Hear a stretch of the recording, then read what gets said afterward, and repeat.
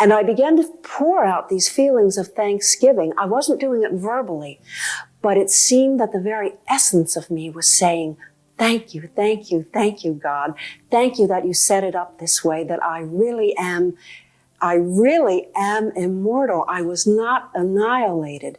And I was involved in this tremendous pouring forth of gratitude and joy.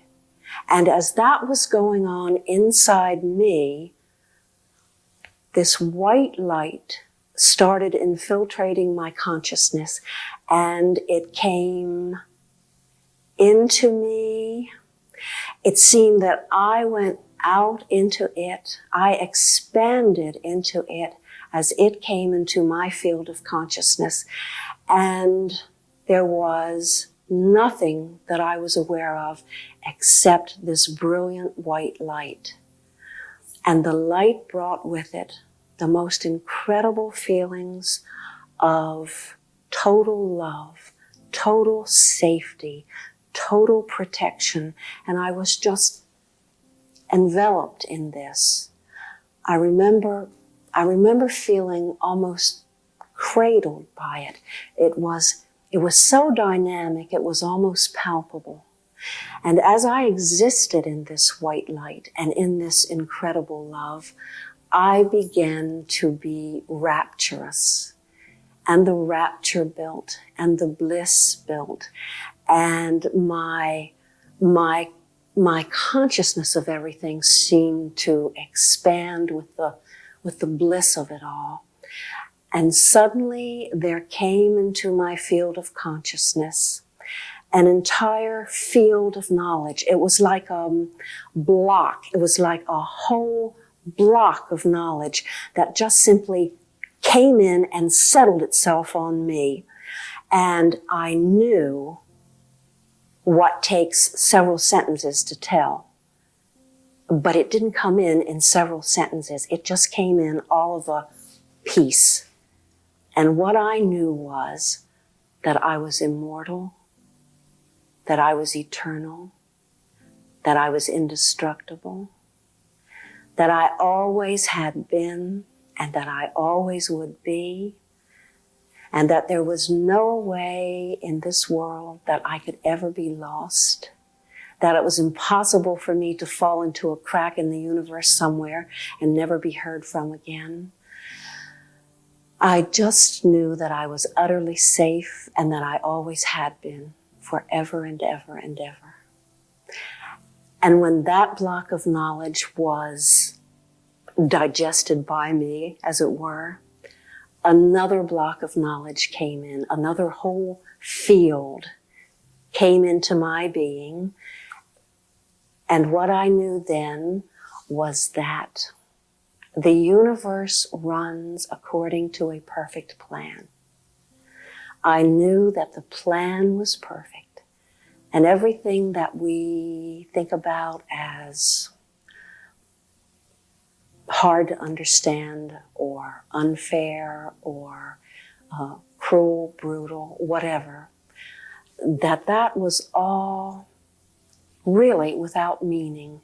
And I know that's very difficult. But I knew this. I understood it. I comprehended it in a way that when I came back from the experience, I really couldn't comprehend anymore. But I understood that all of the things that we worry about and that concern us, we don't have to worry about at all. There is a perfect plan, and the plan is working itself out in its perfection.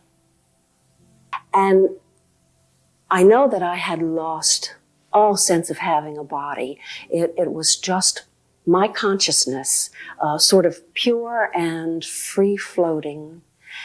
And I did not think at all during this part of the experience. I had no thoughts. I was like a receiving station.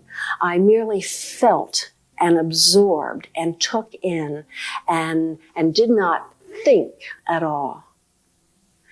But I reached the point in the rapture of it all where I thought to myself, suddenly, the first thought, I wonder how much more of this I can stand before I shatter.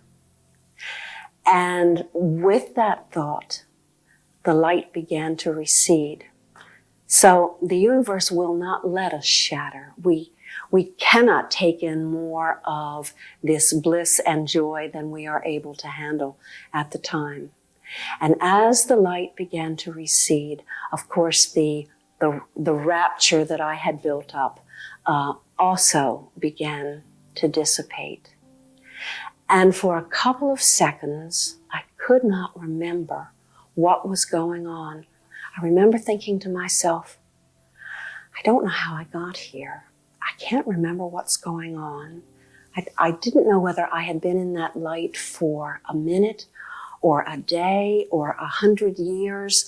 I think the force of all that energy just produced a condition in me of amnesia for a couple of seconds. But that was not allowed to last very long either, because within a second or two, I found myself standing in an absolutely beautiful green meadow. And I knew what was going on. I knew again who I was, that I had died. My amnesia period was over with. And I stood there in this gorgeous meadow, and I remember that the light was different from the light here on earth, although it was not that brilliant white light in which I was involved, but it was a more beautiful light. There was a goldenness to this light. And I remember the sky was very blue. I don't recall seeing the sun. The colors were extraordinary.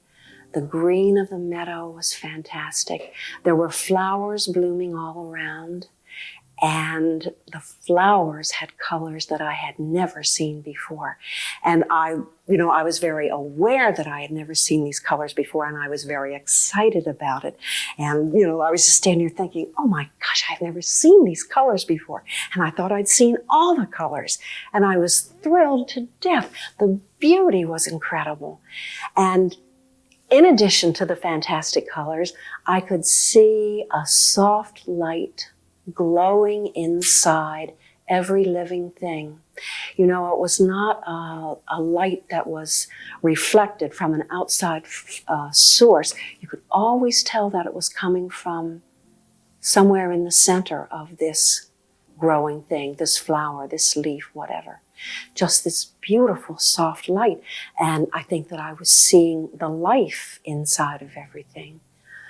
And when I had finished, more or less, looking at this exquisite beauty, I started to walk, and I had only taken a few steps before I saw that there was in front of me a hill. It was a rather low hill, and there were perhaps 18 or 19 or 20 people standing on the hill, and they were dressed in robes, very simple, I suppose maybe Grecian type robes.